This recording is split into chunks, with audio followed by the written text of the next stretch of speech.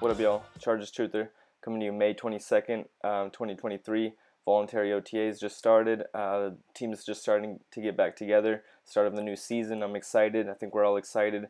Still a couple months out until the first preseason game, but yeah, excited to get the new team together, the draft picks, the two free agents we signed, and just the beginning of the 2023 season. So yeah, I'm here to just go over, the team in general and, talk about the OTAs and stuff like that. Here I'm drinking just some red wine. Cheers. So yeah, this off season, I think it's been a little bit conservative. Last year we were weak in the run game, weak in the rush defense. Justin Herbert was great again, but not throwing those deep balls. I felt like he was a little strained. We were straining him a little bit too much. Pass defense though was good. Special teams was pretty good. So we're looking to build on that. And but this offseason we only signed two new guys. Eric Kendricks, who we all expect to be a good starter, a leader of the team. Very good signing by Tom Telesco, productive and all that. And then just recently we signed this new guy, Nick Williams, defensive tackle. He played for the Chiefs and most recently the Bears, I think. He has a connection with Staley there. Yeah, he's a big guy, 6'4", 310. Not super productive, but he's been in the league for a while. He's going to be just another depth player on the D-line. And yeah, it's good. It's good to see that. We need to just keep adding, men to this D-line in all the position groups. This offseason, we drafted Quentin Johnson, receiver, an edge player, Tui Pulotu, Diane Henley, linebacker, Darius Davis, another receiver, Jordan McFadden, lineman, offensive guard. I think he could play tackle also, though. Scott Matlock, another D tackle, and a backup quarterback, Max Duggan. A lot of players are going to have to fill in on this roster. I think they will. So, like I've said in my previous videos, I gave the draft a solid B just because I wanted a running back. I think we're going to look at this video right here, Chargers OTA Camp 1. Herbert, I think he's got a hurt. He had surgery on his non-throwing shoulder, so I don't think he, really participated a bunch. Hoping that he's good. You don't want him to have a lingering injury into the season, but I think we all expect him to be good. I'm not really going to be looking too much into this, these OTAs that much. Once you get into the preseason, you could see a little bit more of the team, when you start playing other people. But so far, I think everyone looks pretty good. This is the highlights, this is the highlights from the rookie minicamp that happened maybe a week or a couple weeks before. Quentin Johnston, dude's a beast. He's gonna be a beast for us. I am very sure about that. Here's a fourth round receiver, Barnett around the side. He looks pretty dang fast. Not gonna lie, he looks like he could, play a significant part in this team. He's not gonna be on the field every play, but he'll have his times. McFadden, the guard, looking big. Matlock looking good. Good to see these guys coming in. So, yeah. I mean, overall, oh look, here's a deep ball by Duggan. Good ball. Good ball to, the fourth round receiver. So, yeah. Overall, I think our team is pretty dang good. Again, I'm not going to be looking too much into these, small little storylines and stuff, but there are some significant ones. We declined Kenneth Murray's fifth-year option, so that means that he's going to be a free agent after this year. It's a little bit kind of like a little bit of a diss to him. It's just business. I know I'm not going to read too much into that, but Kenneth Murray is going to come in with some kind of mentality shift. I think he's either going to, it could go either way. I'm sure he's going to, play hard for us this season because it's his contract year. So, there's some question marks on this team, and there's a lot of firepower for sure. Eckler wasn't at the OTAs, but I guess he never really does. He always does his own workouts. I'm not really too sure. But again, he's still in this contract dispute or whatever you want to call it. And, he doesn't really feel good about it. He feels a little upset. And I'm just hoping that it doesn't affect his play. I'm really hoping that it doesn't cast a dark cloud over our team. Joey Bosa is here. I think the team kind of forced him to be here. He said they told me to be there, so that's why he wasn't in Florida with his brother and his dad working out like he normally does. He's here with the team. I think it's good, but I don't know. I'm just wondering how Bosa's feeling. We need to keep him happy. Need to run the tight ship. We need to have discipline on our team. But there's a balance, there's also a balance. You got to treat these guys like men with a lot of respect too. So yeah, all right. Only thing left here I got for you. I'm going to go over the depth chart right now. It's updated, I believe, on ESPN. So yeah, I'm going to take one more sip though. Justin Herbert and the quarterbacks, give him an A. I'm glad that we got Max Duggan, a backup. Wasn't really trying to rely on Easton Stick as our backup. Running backs, we didn't get any new running backs despite the fact that we were 30th rushing and like 30th in yards per carry. Both terrible, terrible stats. Austin Eckler is upset. I give this group a B minus just because I don't really get the idea of just running it back with the same group after they performed so badly. Eckler still scored a ton of points, and Kelly had his moments, but 30th ranked rushing offense is just inexcusable. 30th ranked yards per carry is just inexcusable. You can't. As if I was running the team, I for sure would have gotten someone else. I'm not just gonna run it back with the same group that struggled so heavily. It's a long year, and it's a year of all of our lives. So I wouldn't have waited. I would have done something. I give the running backs a B minus.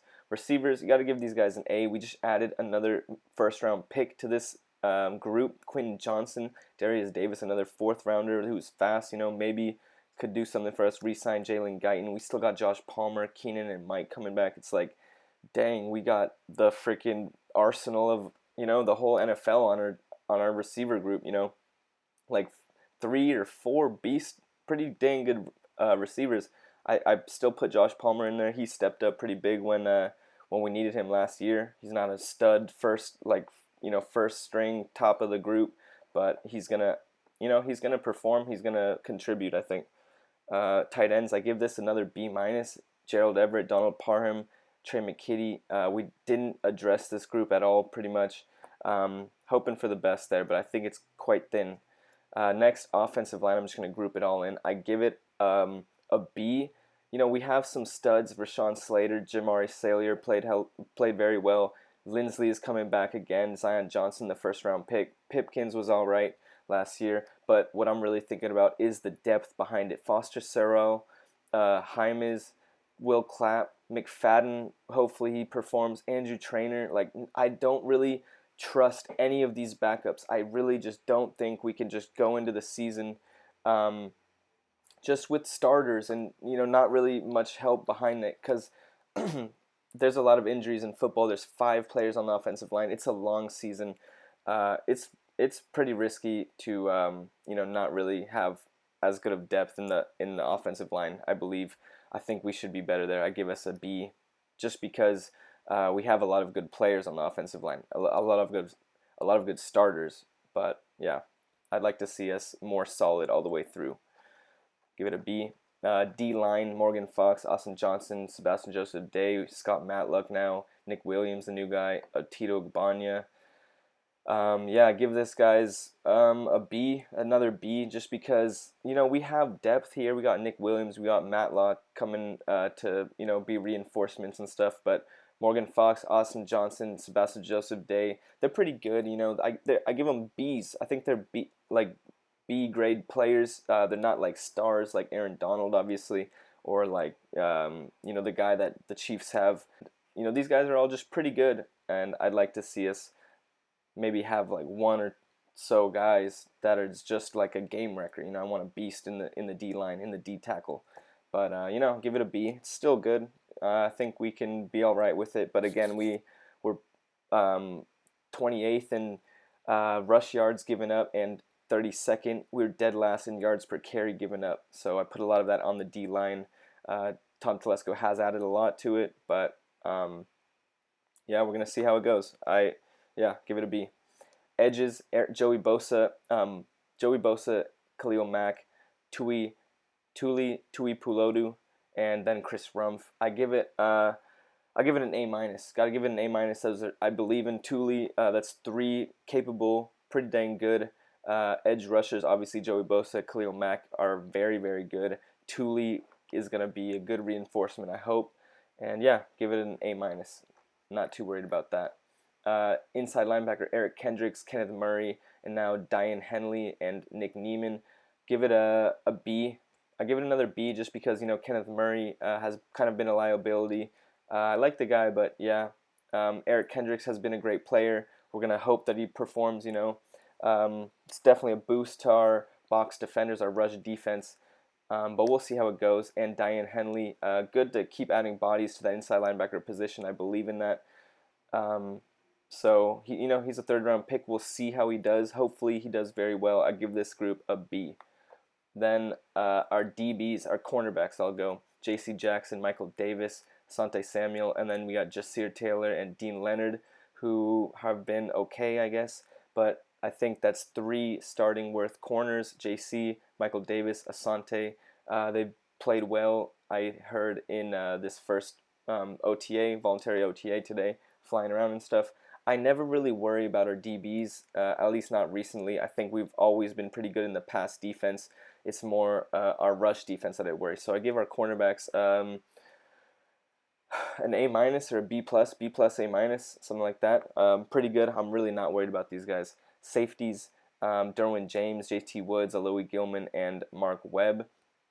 Give these guys a B. Derwin is obviously great. Alohi stepped up. He played good enough. I still think he might be a little bit of a liability. J.T. Woods is unproven. Gonna hope that he plays well. Mark Webb was all right. I believe. I'm not really too sure actually, so can't really even bet on that guy that much. I don't think. Yeah, give it a B. So overall, and then for special teams, I see it being more or less the same. Yeah, I think it should be solid. Should be good enough. Overall, I give our team a B plus. I think obviously we're gonna have a great passing attack. Obviously, we always do. We got another great receiver. But so much of our team is going to rely on the health of our offensive line. If we get injuries again, I think we're going to struggle. I hate to say that, but it's just the reality. You have to have that foresight and anticipate things that might go wrong, such as injuries. Injuries are very common in this game. So I'm just saying, if we lose an offensive lineman, whoever it may be, we may struggle to fill that player's spot, just like we did in 2022. And again, we didn't really address the running back position and get any new running backs. So I think that the run game is still going to struggle. We got Kellen Moore, the new offensive coordinator. I think he's going to help improve us from 30th. I don't think we're going to be past 20th though. Austin Eckler is upset. I still kind of think we're going to struggle in the run game. And Justin Herbert is going to be, throwing the ball a lot. He's going to be throwing a lot. And it's more or less the same type of team that we had last season, pretty much, at least on offense. And on defense, I know Tom Telesco added a bunch of guys to the D-line. Matlock, he drafted Tooley, Nick Williams. He just got Eric Kendricks. So he's trying to address the rush defense. I appreciate that because we really struggled there. I'm tired of getting bullied, getting pushed around. So yeah, give our team a B plus. If I had to predict our record right now, I'm gonna go maybe 10-7. I'm gonna go 10-7 again, or 11-6. 10-7 or 11-6. I'm saying it right now.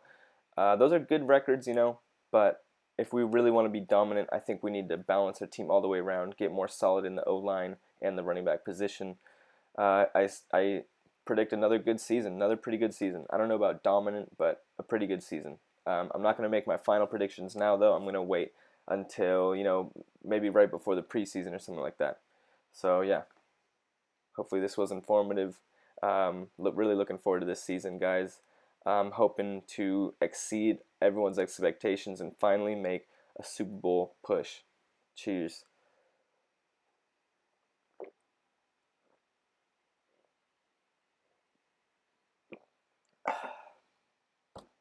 Yep, that's about it. Only thing I would do differently if I was Tom Telesco: get more capable offensive linemen and get a running back. We really need a running back. I would love to see us get Ezekiel Elliott, Dalvin Cook, freaking anybody. Just give us a productive running back to help Eckler. Just cut Roundtree. I'm sorry about that, man, but I think that's what we got to do. Still, at the end of the day, I still think we're going to have a winning season. I think we're going to make the playoffs again. So, Chargers Truth, I'm out. Thank you.